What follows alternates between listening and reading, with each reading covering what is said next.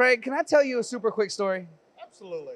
I was online the other day and I made this incredible post that got hundreds of thousands of views, and it was one of your turning centers that obviously is a successful turning center, and they took one of their turrets and just loaded it up with tools. And we're talking, if this thing, and I don't know, I'd have to look at the post again, but if this thing had 12 stations in it, it eventually had 40 stations on it because there was so much. And one comment on that post that stood out to me that was very important was, at that point, why not switch to a mill turn?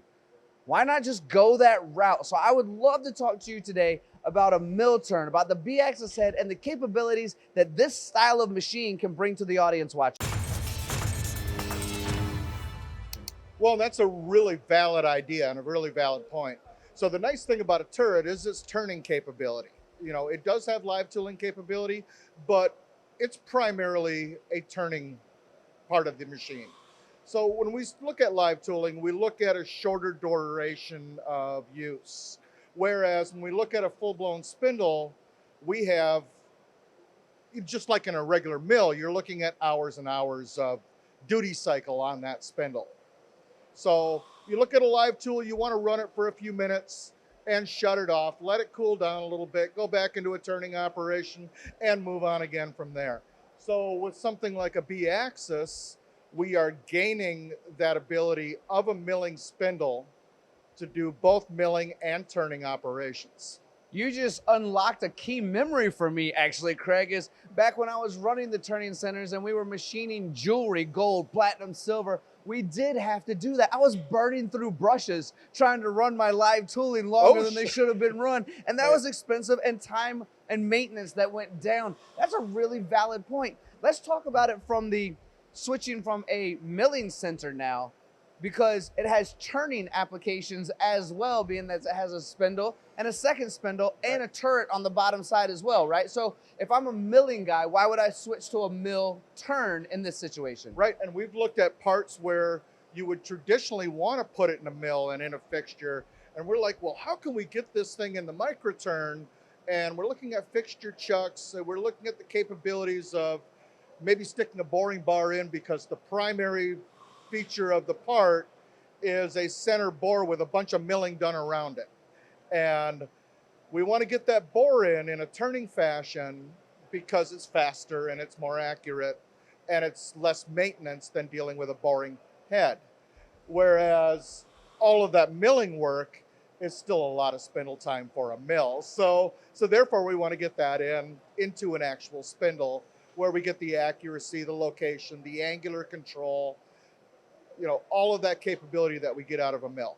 And I can simultaneously run both of those on the op 10 and op 20 if I wanted to. Is that correct? Absolutely. So with our microturn here, you know, using this machine with the turret down the bottom and the movable spindles, we can bring two spindles down into contact on the same tool block at the same time, or we can have one spindle on the turret and we can have another one either up on the gang plate or up on the B-axis doing some milling operations, or maybe some other turning operations that aren't, you know, conducive to the timing that is happening on the turret.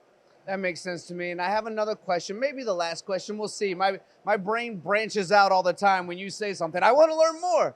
But in the world of flexibility, if I come from the milling world, oftentimes I'm using maybe a quick change chuck of some sort, a quick change vise, you know, that allows me to switch out parts quickly. And if I'm in the turning world, a lot of times I think maybe I got a long changeover time if I'm going from a round stock to some unique form of stock. But we have great partners in this industry. I know one of your great partners is Heinbook, and they can do changeover to microns in a matter of seconds, if not seconds, right around a minute. And that allows for flexibility of all different sizes of parts as well, doesn't it? Absolutely it does. And we were just looking at a project with them that we were going from a collet to a mandrel, and in doing that in the same chuck. Yeah. So yes, absolutely. So that answers the question of the flexibility that goes along with maybe feeling like I was trapped. You know, if I'm on a turning center, I know what a bar feed can do for me. If I'm on a milling center, I know what a quick change 0-point system can do for me. Yep. This is truly the best of both worlds. That's kind of what we're saying, right? It really is. And we can go from either using a collet like we're using here with Heimbu as your example, or we can go to like a 3-jaw or a 2-jaw or a 4-jaw chuck, or even a chuck that is capable of 2 or 3-jaw configurations, where we can grip something off center, do the primary operation, and use that part of the part to align for secondary operation. You know, between the different types of work holding that we can work with and how we can diversify that across from the main spindle to the sub spindle operations, it really adds functionality to the mill turn, and it adds variation to it. So we can do parts in a mill turn that we thought we would originally do in a mill, and now we're completing the part, you know, absolutely, instead of running it through a different machine and then running it into a mill. Well, the last thing I want to talk about, and I know we're talking for a while now, but I love learning from you, Craig. So thank you, first of all, for spending time with me. Is this? Let's touch on automation real quick. We see it doing its thing out here, Yep. right?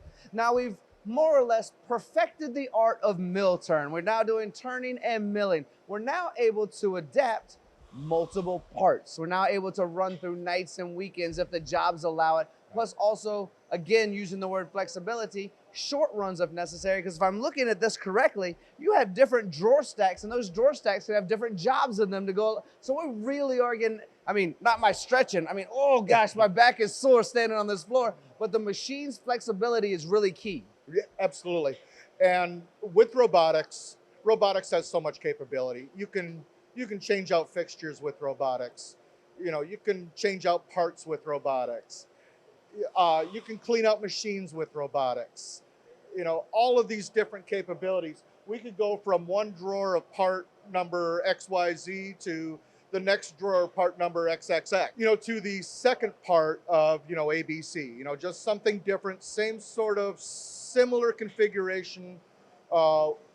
With automation, we can change out jaws on the fly. We can change out grippers on the fly. You know, all of that stuff can happen. The robot can queue up the machine programs, you know, change all of the work positions, everything. Automation So, is key, yep. and I recently learned from my friends at Phoenix, since we have that robot behind us, we've added to 4Ds now. Let the robots do your dull, your dirty, your dangerous, and your delicate. So the 4Ds now for automation. Craig, I really could spend another hour talking with you. I hope you would watch. Would you watch for another hour? Maybe you would. Leave it in the comments. Craig, thank you so much, Yep. brother. I appreciate your time. All right. Thank you for your time.